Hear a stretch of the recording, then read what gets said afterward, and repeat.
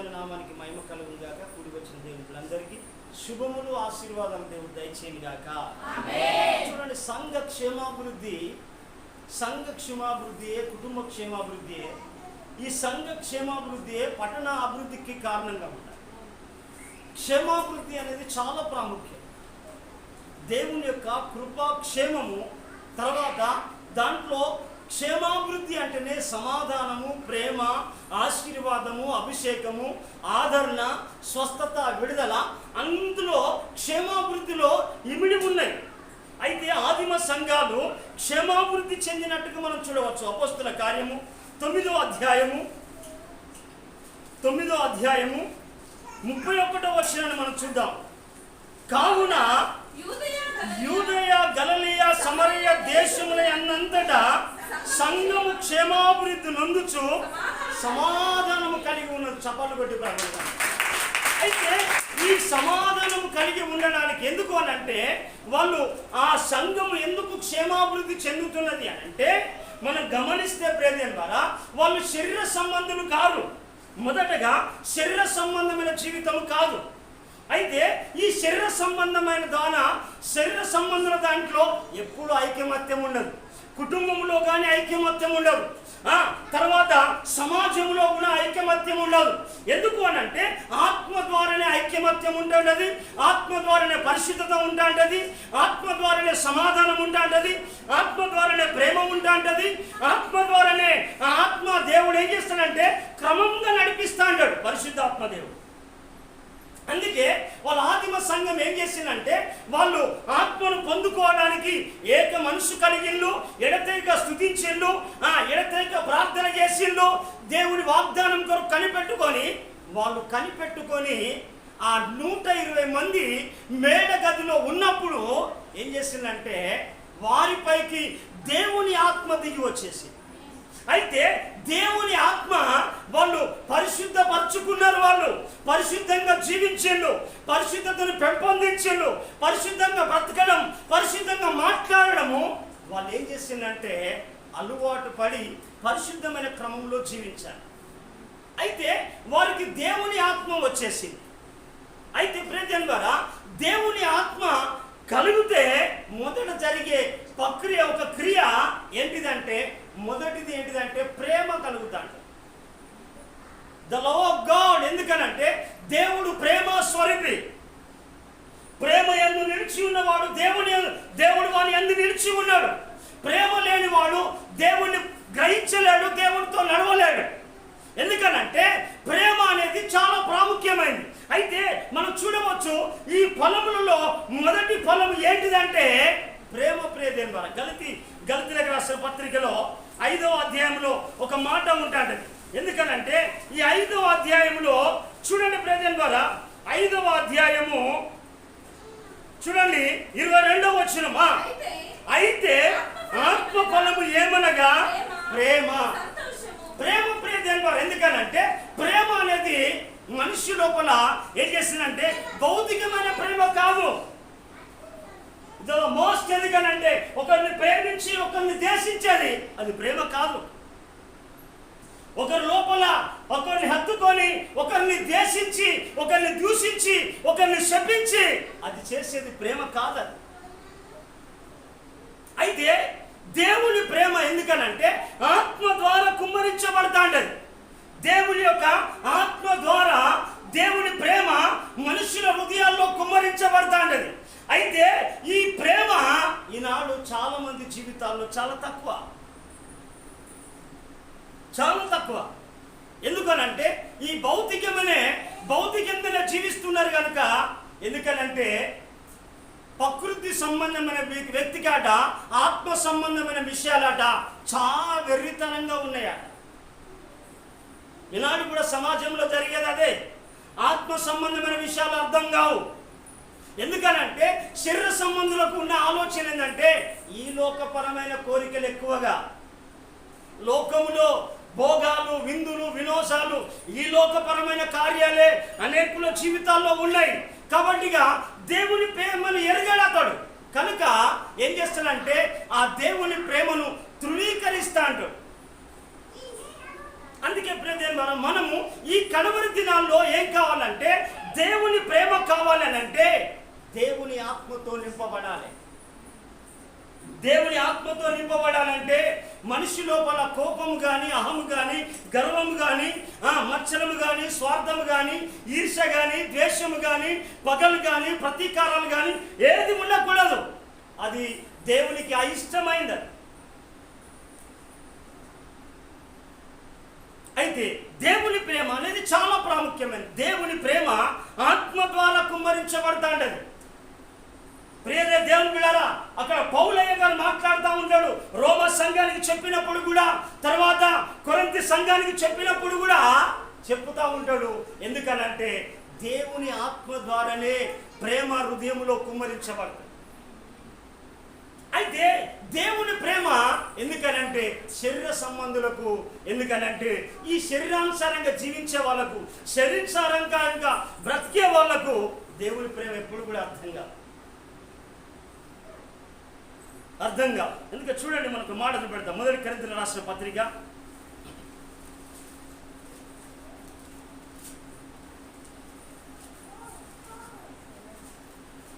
2వ అధ్యాయము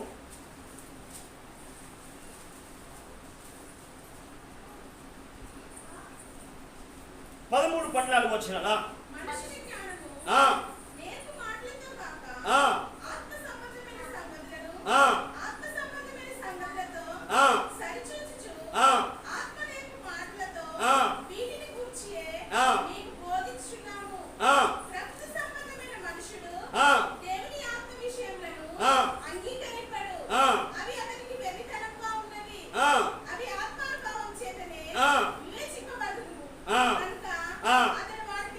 ఎందుకంటే ప్రకృతి సంబంధమైన వ్యక్తి, ఎందుకంటే ఈ ప్రకృతి అంటే ఆ శరీర సంబంధమైన వ్యక్తి.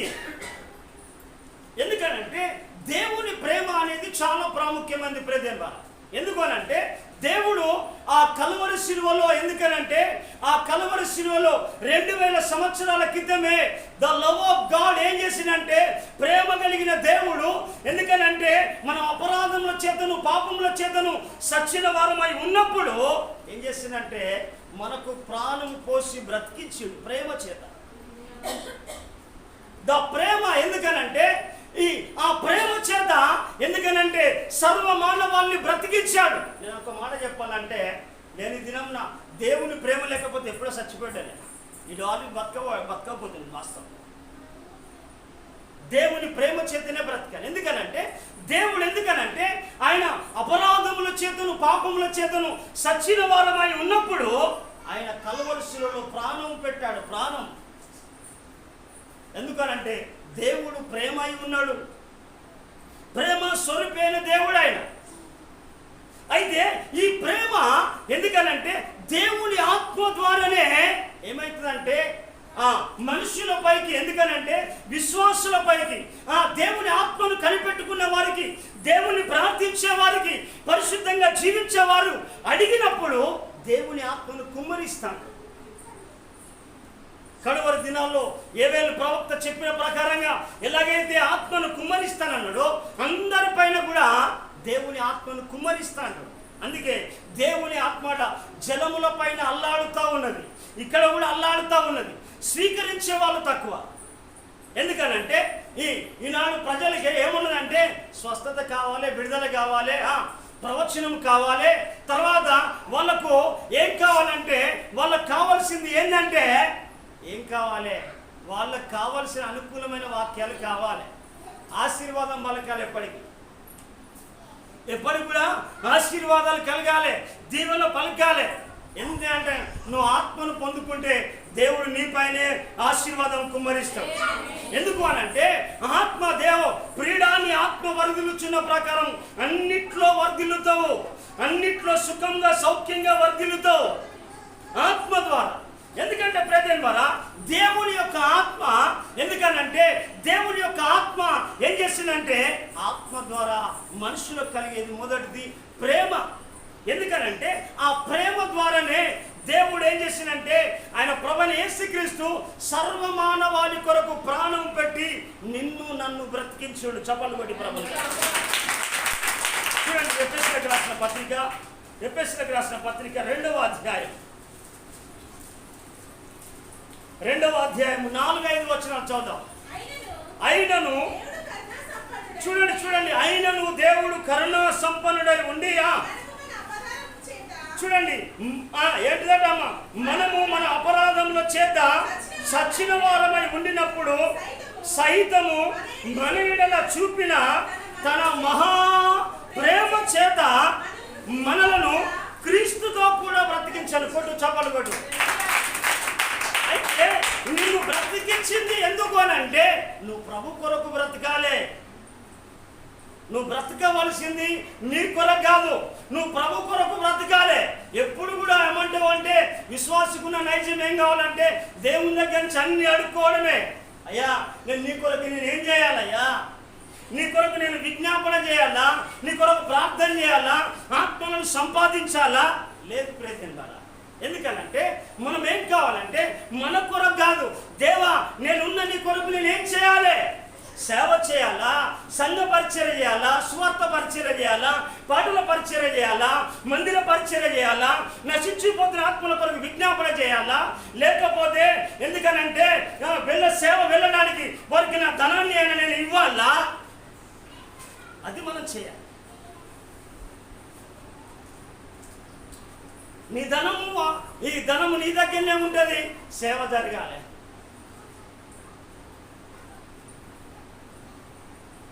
అందుకే ప్రియదేవరా ఆయన ఏం చేసినంటే తానంతటా తానే పెట్టాడు ప్రేమ, తన ప్రేమ చేతది. నీ లోపల ఎందుకనంటే దేవుని ప్రేమ నువ్వెంత పొందుకున్నావు, దేవుని ప్రేమ ఎంత ఎత్తు ఉన్నది, ఎంత లోతు ఉన్నది, నీ ప్రేమకు గుర్తే అది. నువ్వు దేవుని ప్రేమిస్తే దేవుని పట్ల చూపిన ప్రేమేది, దేవుని కార్యాల్లో చేసిన పనేది, దేవుని కార్యాల్లో నీ ధనం ఎంత ఖర్చు చేశావు, నువ్వు ఎంత ప్రయాసపడినావు, ఎంత ప్రార్థన చేశావు, ఎన్ని కార్యాలు చేసి దేవుని కొరకు ప్రయాసపడుతున్నావు. ఏది నీ ప్రేమ? ఆయన ప్రాణము పెడితే, ఆయన ప్రాణ బలియాగం అయిపోతే, కల్వరి శిలువలో బలియాగమై ఆఖరి రక్తం బొట్టు వరకు తన ప్రజల కొరకు కుమ్మరించి పాప శాపము నుంచి విడిపిస్తే ఏది నీ ప్రేమ?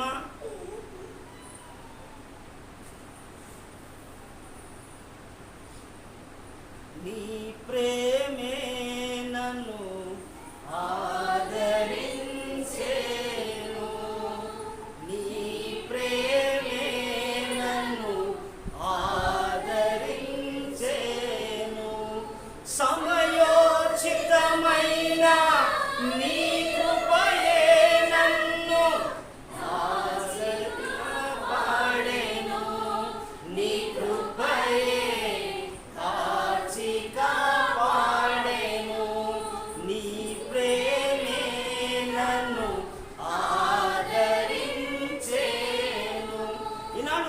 ఎందుకనంటే దేవుడు అడుగుతున్న ప్రశ్న, ఎంత నువ్వు దేవుణ్ణి ప్రేమిస్తున్నావు,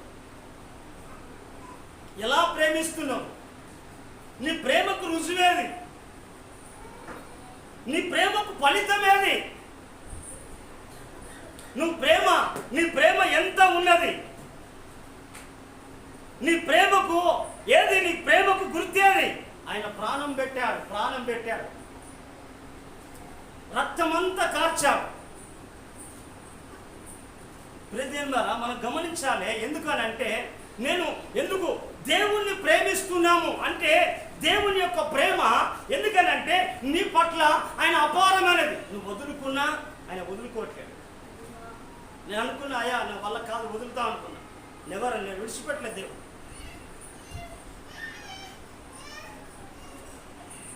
ఎందుకనంటే దేవుడు చెప్పాడు. ఎందుకనంటే ఒక దుష్టుడు మరణం నందుల చేత నాకేమైనా సంతోషమా? వాడు ప్రవర్తన తిద్దుకొని బ్రతుకుడే నాకు సంతోషం. లోకంలో అయితే వాడు మరణిస్తే చాలనుకుంటాడు. వాడు దుర్మార్గుడయ్యా, త్రాగుపోతాయా, అది వ్యభిచారయ్యా, తర్వాత ఎందుకనంటే వాళ్ళు చస్తే మంచిగా ఉంటాడు. నా ప్రభు అనుకోడు అట్లా. అలాంటి ప్రేమ నా దేవుంది. నన్ను ప్రేమించుడు తాగుబోతున్నప్పటికీ నేటి వరకు ఉన్న ఏ పరిస్థితిలో కూడా విడవలే అయ్యా. ఏడ్చినప్పుడల్లా ఏ పరిస్థితిలో కూడా. ఎందుకనంటే దేవుని ప్రేమ నిజమైంది ప్రేమ, నిజమైన ప్రేమ, అది శాశ్వతమైన ప్రేమ. తల్లి కంటే, తండ్రి కంటే, బంధువుల కంటే, స్నేహితుల కంటే, ఎందుకంటే ఆత్మీయుల కంటే దేవుని ప్రేమ చాలా గొప్పది. అది ఎందుకనంటే ఆ ప్రేమ, ఎందుకనంటే నీకు తెలుసా ప్రేమ? ఎరిగినవా నువ్వు? యెహోవా ఉత్తముడని రుచి చూసి తెలుసుకున్నావా? ఆ ప్రేమ ఆయన ఎలాంటి వాడో, ఆయన గుణం ఎలాంటిదో, ఆయన ఆలోచన ఎలాంటిదో, ఆయన తత్వం ఎలాంటిదో నీ పట్ల ఎరికేనా?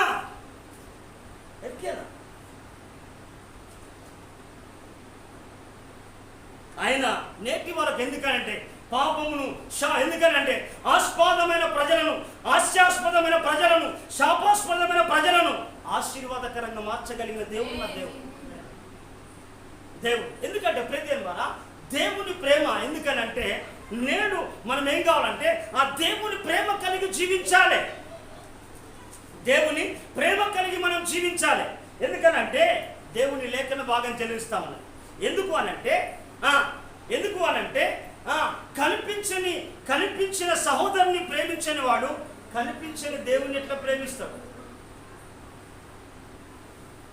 కనిపించినది ఎదురుగా ఉన్న సహోదరుని, గుడ్డివాణ్ణి, తర్వాత అంగహీనను, బలహీనను ప్రేమించనిది నువ్వు కనిపించని దేవుని ఎలా ప్రేమిస్తావు? అయ్యా మేము దేవుని పిల్లలమయ్యా, ప్రేమించే వాళ్ళమయ్యా. ఏది నీ ప్రేమ అంటే? చూడండి ప్రజలారా, మనం చూడండి, మన బైబిల్ గ్రంథంలో చూడండి, బైబిల్లో చెప్తా ఉంటాడు. యోహాను రాసిన పత్రిక, మొదటి యోహాను రాసిన పత్రిక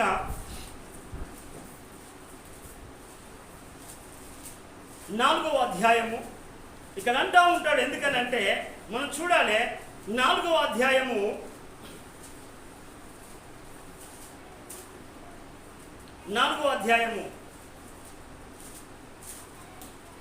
20వ వచనమా?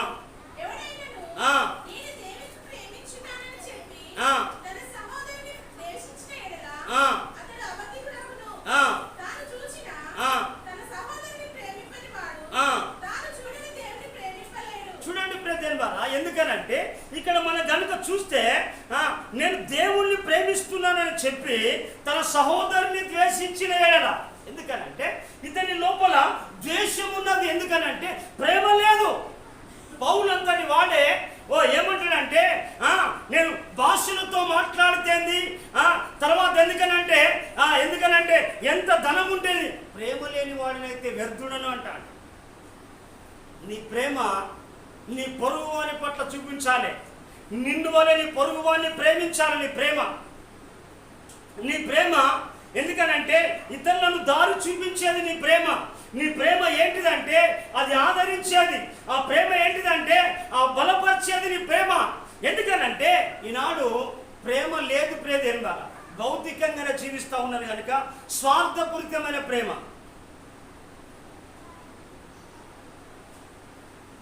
స్వార్థపూరితమైన ప్రేమ మనం బైబిల్లో కనుక మనం చూస్తే దావీదును సౌలు కనుక చూస్తే దావీదును పలుమార్లుగా సౌలు చంపాలని వెంటాడాడు. అయితే నేను ఉపకారము చూపించడానికి సౌలు కుటుంబంలో ఎవరైనా ఉన్నారా అంటే సౌలు కుటుంబంలో ఎందుకనంటే శత్రువును ప్రేమించే తత్వము దేవునిది. శత్రువును ప్రేమించే తత్వం ప్రేమ. ఎందుకనంటే దేవుని ప్రేమ ఎలాంటిది అనంటే శత్రువును సహితము ప్రేమించేది. ప్రేమతో ప్రాణమును అర్పించినావు, శ్రమల సంఖ్యలైన శత్రువును కరుణించువా. ఎందుకంటే దేవుడు కూడా శత్రువును కూడా ఎందుకనంటే దావీదును పలుమార్ల చంపాలని వేటాడి ఏ అరణ్యంలో ఉన్నా కానీ సైనికులను తీసుకుపోయి చంపుదాన్ని వేటాడితే సౌలు కుటుంబంలో నేను ఉపకారం చూపించడానికి ఎవరైనా ఉన్నారా? అమ్మాయి చూడాలి, అర్థమవుతలేదా మీకు? ఎవరైనా ఉన్నారా అని అంటే అయ్యా ఒకడున్నాడయ్యా, యోనాతాను కుమారుడు ఉన్నాడు అయ్యా, వాడు చాలా కుంటివాడు, కుంటివాడయ్యా, కుంటివాడు ఉన్నాడు. వాడిని వాడిని పరుగున ఎత్తుకొని తీసుకొని వస్తా అంటే వాడి కింద పడితే వాడిని కాళ్ళు విరిగినాయి. కాళ్ళు విరిగితే వాడు లోదేవారులో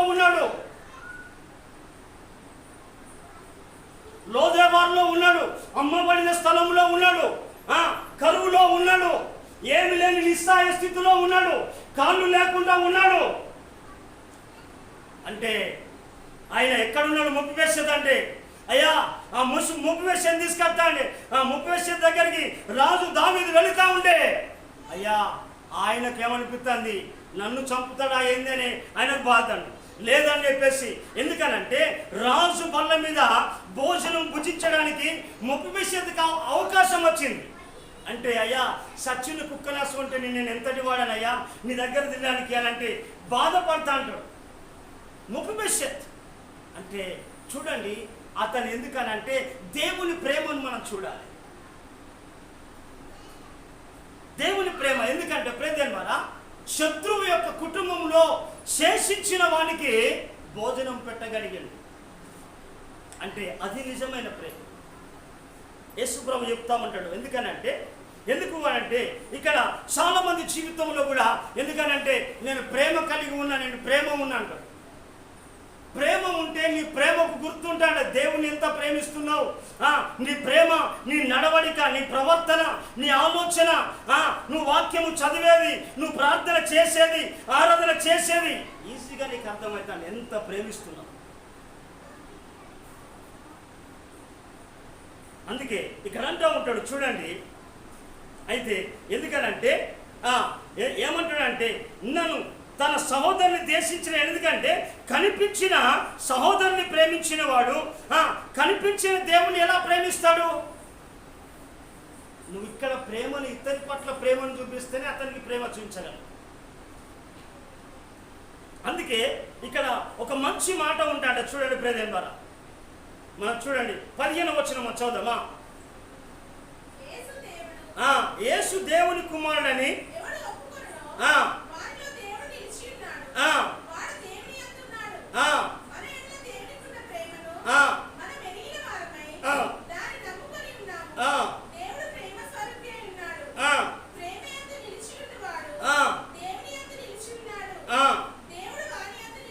ఎందుకనంటే దేవుడు అతని లోపల ఉంటాడు. ఎందుకనంటే ప్రేమ యందు నిలిచి ఉన్నవాడు దేవుని యందు నిలిచి ఉన్నాడు, దేవుడు వాని యందు నిలిచి ఉన్నాడు. ఎవరిని ప్రేమిస్తాడో దేవుడు వారి లోపల దేవుడు నిలిచి ఉంటాడు. దేవుని యొక్క సద్గుణములు, ఎందుకనంటే దేవుని యొక్క ఆలోచనలు కూడా అతని లోపల ఇమిడి ఉంటాయి. అందుకే యేసు ప్రభు అంటాడు ఎందుకనంటే మీరు ప్రేమించిన వారిని ప్రేమిస్తే ఏమి లాభం? చూడండి మత్తయి సువార్త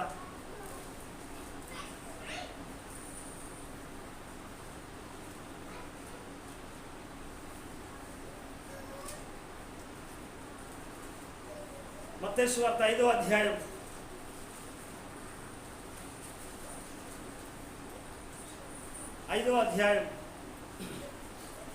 45-46 వచనం.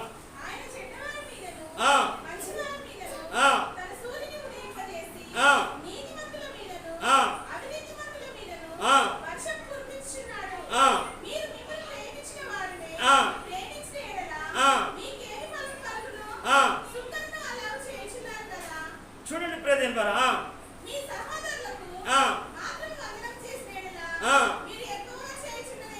చూడండి ప్రేదేన్ బారా మీ వాళ్ళకే నువ్వు ప్రేమించిన వాళ్ళని ప్రేమిస్తే అదేం ప్రేమ? ప్రేమించిన వాళ్ళని ప్రేమించాలి. కుష్ఠరోగిని ప్రేమించిండు యేసు ప్రభు, పరదేశులను ప్రేమించిండు, దిక్కులేని వాళ్ళని ప్రేమించిండు. రాళ్లతో ఒక వ్యభిచారాన్ని స్త్రీని కొడతాంటే అమ్మా అని సంబోధించి అక్కడ మీలో పాపం లేని వాడు ఎవడైతే ఉంటాడో వాడు మొదటి రాయి వేయాలని ఆ వ్యభిచారాన్ని ప్రేమించిండు. మనం ఎందుకనంటే మనం ఎందుకంటే దేవుణ్ణి ప్రేమిస్తే మన ప్రేమ కనబడతాం. ఎందుకనంటే ఈనాడు ప్రేమ చాలా మంది లోపల తక్కువైపోతావు. అందుకే అందుకే ప్రేమించిన వారిని మనం ప్రేమిస్తే ఏమి లాభం? వందనము చేసిన వారికి వందనము చేస్తే ఏమి లాభం? మనము వందనం పెట్టని వారికి వందనం చెప్పాలి, ప్రైజ్లాడు చెప్పని వారికి ప్రైజ్లాడు చెప్పాలి. ప్రేమించని వ్యక్తిని మనం ప్రేమిస్తేనే అది నిజమైన ప్రేమ.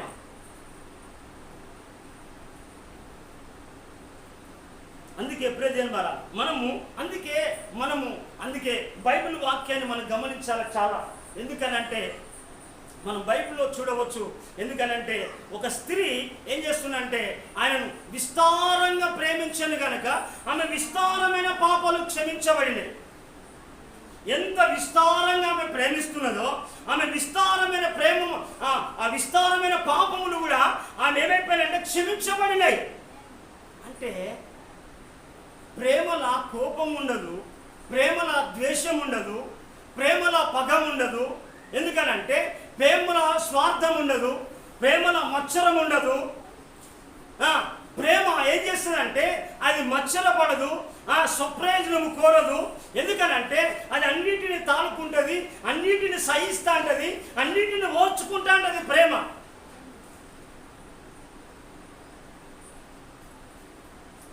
అందుకే ప్రియదేనులారా అందుకే మనం బైబిల్ కనుక చూడండి. ఎందుకనంటే ఈ ప్రేమ ఎందుకనంటే మనం చూడండి లూకా సువార్త 7వ అధ్యాయం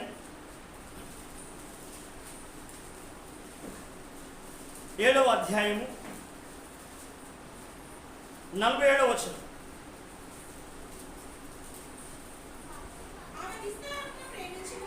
ఆమె విస్తారంగా ప్రేమించను గనుక ఆమె విస్తారం యొక్క పాపములు క్షమించబడిన అని నీతో చెప్పుచున్నాను. ఎవరికి కొంచెముగా క్షమింపబడినో వాడు కొంచెముగా ప్రేమించనని చెప్పి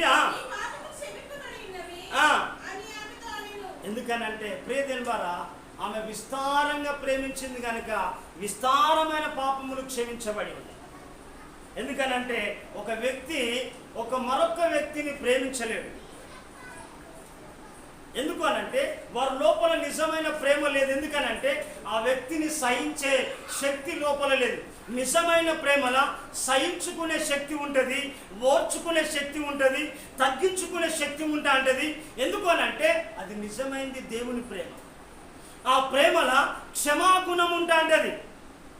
ఎందుకు అనంటే ప్రేమ ఏం చేస్తా అంటే అతడి పొరుగు వారిని క్షమాపణ కోరుతాడు.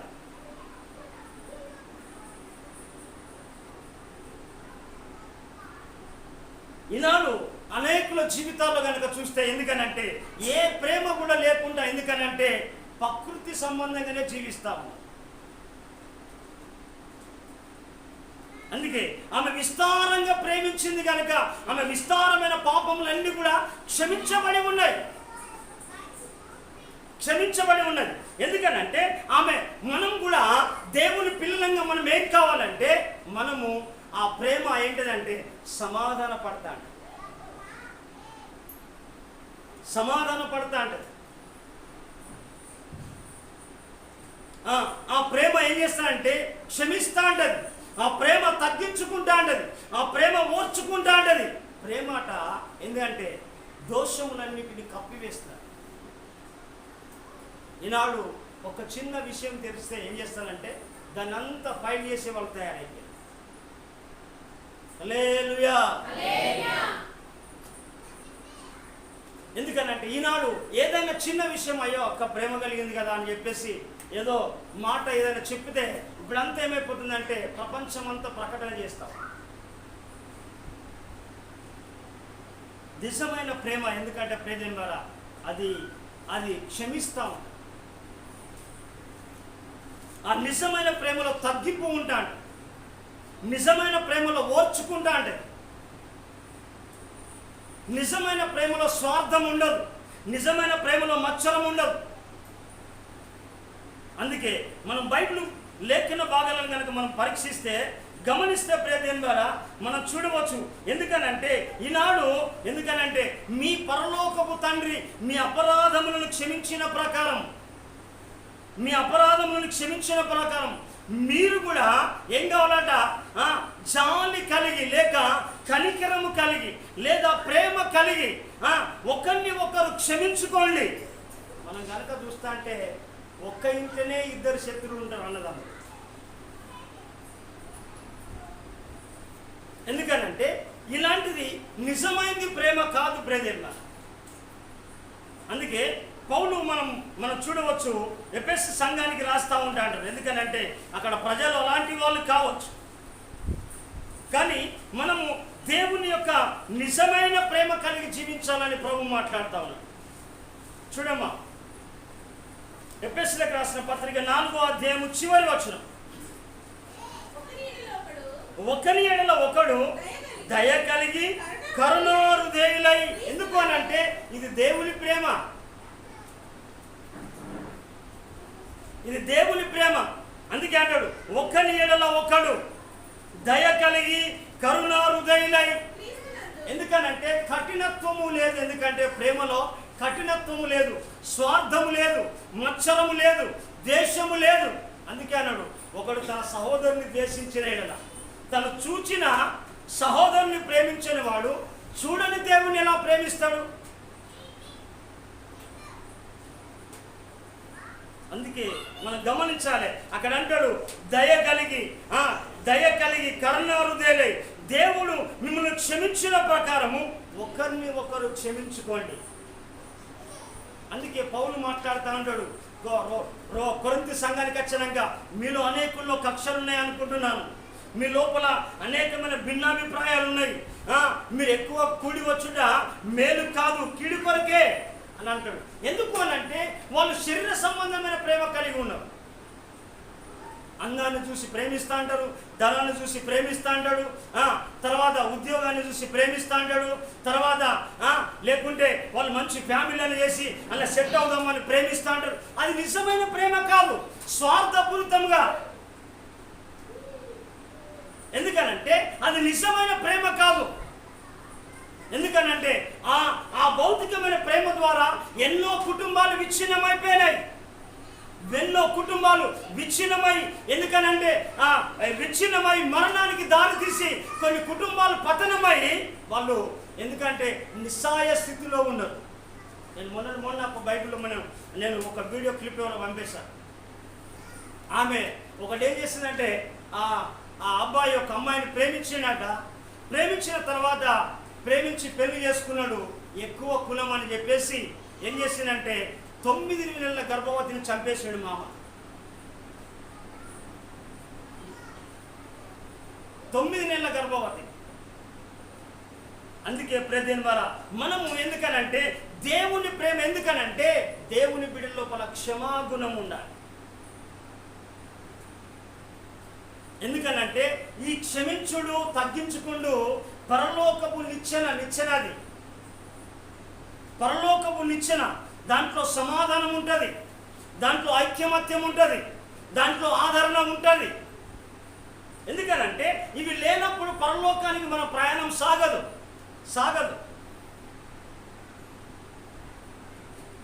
అందుకే ప్రజల ద్వారా దాన్ని ప్రేమించిన వారిని కూడా దేవుడు ఏం చేస్తానంటే గద్దిస్తూ ఉంటాడు.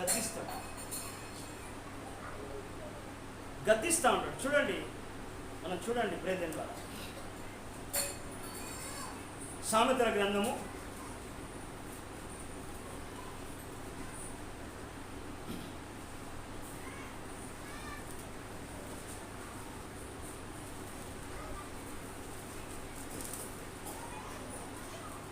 3వ అధ్యాయము 12వ వచనం. తండ్రి తన ఇష్టుడైన కుమారుని గద్దించు రీతిగా యెహోవా తను ప్రేమించిన వారిని కూడా గద్దిస్తాడు. ఎందుకనంటే తన ఇష్టమైన కుమారుని గద్దించినట్టుగా రీతిగా యెహోవా తన ప్రేమించిన వారిని కూడా ఏం చేస్తాడంటే గద్దిస్తాడు. అందుకే ప్రజలు మనం గమనించాలి. మనం ఎందుకనంటే దేవుని పిల్లం కనుక దేవుని ప్రేమ కలిగి మనం జీవించాలి. ఎందుకనంటే దేవుని యొక్క ప్రేమ రాజ్యానికి మనం వారసులము కావాలి. ఎందుకనంటే ఈనాడు అనేకుల జీవితాల్లో ఈ భౌతికమైన ప్రేమను కలిగే, ఎందుకనంటే వాళ్ళు ఆ ప్రేమ వ్యామోహంలో ఏం చేస్తున్నారో చాలా మందికి తెలియదు. చివరికి ఒక మాట చెప్పేసి మనం ముగిస్తాం. ద్వితీయోపదేశ కాండము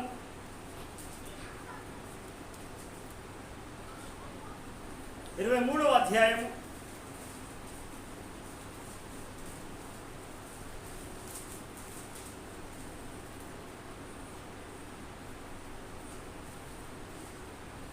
5వ వచనం.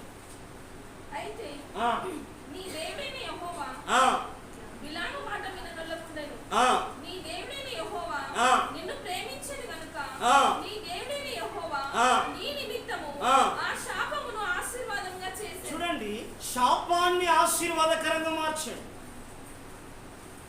నువ్వు ఎంతగా దేవుని ప్రేమిస్తావో నీ పరిస్థితిని అంతా మార్చివేస్తా అంటాడు, నీ స్థితిని అంతా మార్చివేస్తా అంటాడు, నీ బలహీనతలన్నీ కొట్టివేస్తా అంటాడు. ఆమె విస్తారంగా ప్రేమించింది కనుక విస్తారమైన పాపములు అన్ని కూడా క్షమించబడ్డాయి. నువ్వు ప్రేమిస్తే ఎందుకనంటే ఆయన నిన్ను ప్రేమిస్తాడు. ఇంకో మాట చెప్పాలంటే తను ప్రేమించిన వారిని ఆస్తికర్తలుగా చేస్తానంటాడు సామెతల గ్రంథం. ప్రియదేవరా, ఇక్కడ చెప్పే మాట ఎందుకనంటే నీ దేవుడైన యెహోవా నిన్ను ప్రేమించను కనుక నీ దేవుడైన యెహోవా నీ నిమిత్తము శాపమును ఆశీర్వాదకరంగా మారుతాడు. కాబట్టి ప్రియదేవరా, మనం ఈ కడవరి దినాల్లో మనం ఏం కావాలంటే, అందుకే పేతురు అంటాడు, పేతురు, సీమోను కుమారుడైన పేతురు, నన్ను నువ్వు నిజంగా ప్రేమిస్తున్నావా అని అంటూ ఉంటాడు. ఎందుకనంటే ఎందుకనంటే ప్రేమిస్తే రుజువులు కావాలి. అందుకే ప్రియదేవరా, ప్రేమకు ఏం కావాలంటే రుజువులు కావాలి. మనం ప్రేమిస్తున్నామనే దానికి నిర్వచనం కావాలి. ప్రేమిస్తే దానికి కొన్ని గుర్తులు ఉంటాయి. దేవుని ప్రేమిస్తే కొంతమంది దేవుని వెంబడించారు, దేవునికి సమర్పించుకున్నారు, దేవుని కొరకు తన ఆస్తిని దేవునికి సేవ కొరకు ఇవ్వగలిగిను. దేవుని సేవ కొరకు ఎన్ని శ్రమలు వచ్చినా దాని కొరకు నిలిచారు. హల్లెలూయా. ఎందుకనంటే దేవుని ప్రేమ, ఎందుకనంటే అది శాశ్వతమైనది ప్రేమ. ఎందుకంటే